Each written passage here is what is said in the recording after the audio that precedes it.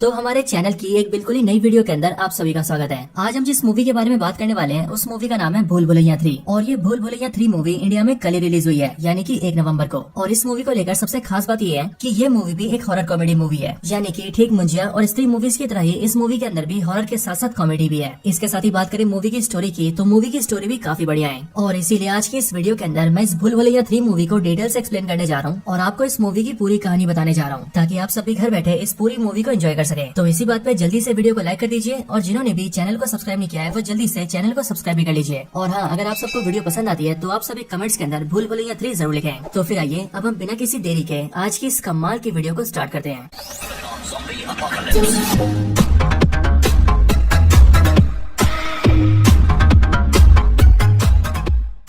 तो इस वीडियो को स्टार्ट करने से पहले मैं आपको बता दूं कि अब तक भूल भुलैया की टोटल 3 मूवीज आ चुकी हैं और ये मूवीज है भूल भुलैया 2 और इस साल आने वाली भूल भुलैया 3। लेकिन हाँ दोस्तों, भूल भुलैया की तीनों मूवीज आपस में कनेक्टेड नहीं है, जिसका मतलब इन तीनों मूवीज की जो स्टोरी है वो एक दूसरे से बिल्कुल अलग है। और वैसे यहाँ पर आप सब ये सोच सकते हैं कि भूल भुलैया 2 और भूल भुलैया 3 दोनों में कार्तिक आर्यन है और इन दोनों ही मूवीज में उनका नाम भी सेम ही है। लेकिन हाँ दोस्तों, तभी मैं आपको ये चीज क्लियर कर दूं कि भूल भुलैया 2 और 3 का कोई भी लेना देना नहीं है एंड हमें भूल भुलैया पार्ट 3 के अंदर एक बिल्कुल ही अलग स्टोरी दिखाई गई है। सो इसीलिए चलिए हम भी बिना देरी के इस मूवी की स्टोरी को स्टार्ट कर देते हैं। तो इस मूवी की स्टार्टिंग होती है कार्तिक आर्यन से और हमें पता लगता है कि इस मूवी के अंदर कार्तिक आर्यन का नाम होता है रूहान रंधावा और कार्तिक आर्यन यानी कि रूहान रंधावा अपनी फैमिली में अकेला होता है, यानी कि उसके पेरेंट्स नहीं होते हैं। और इसीलिए हम ये देखते हैं कि पैसे कमाने के लिए रूहान दुनिया के सामने एक ढोंगी बाबा का नाटक करता है और वो अपने बाबा का नाम रखता है रू बाबा और इसके लिए वो बाबा के गेटअप पहनता है और दूसरों के घरों से भूत भगाने का काम शुरू करता है और आत्मा और भूतों के नाम पर लोगों से पैसे ठगता है। अब रूहान के साथ उसका एक दोस्त भी होता है जिसका नाम होता है टिल्लू। और जैसे कि आप सबको ट्रेलर से ही पता होगा कि टिल्लू और कोई नहीं बल्कि छोटे मियां हैं, जो कि अपनी कमाल की एक्टिंग और कॉमेडी की वजह से पहले से काफी फेमस है। अब हम ये देखते हैं कि रूहान और टिल्लू काफी घरों में जाते हैं एंड भूत प्रेतों के नाम पर लोगों को काफी ठगते हैं और पैसे कमाते हैं और इस तरह से उन दोनों की लाइफ काफी अच्छी चल रही होती है। और ये सारी चीजें करके रूहान का यानी कि रू बाबा का नाम भी काफी फेमस हो चुका होता है। लेकिन फिर इसके कुछ दिन बाद हम ये देखते हैं कि रूहान को एक्टर राजेश शर्मा कॉन्टेक्ट करते हैं और वो रूहान और टिल्लू को अपने घर बुलाते हैं। जिसके बाद जैसे रूहान और टिल्लू उनके घर जाते हैं तब वो उन्हें बताते हैं कि असल में आज से 2 साल पहले उनकी भांजी की रोड एक्सीडेंट में मौत हो गई थी और इसीलिए वो चाहते हैं कि रूहान यानी कि रू बाबा उनकी भांजी की आत्मा को बुलाएं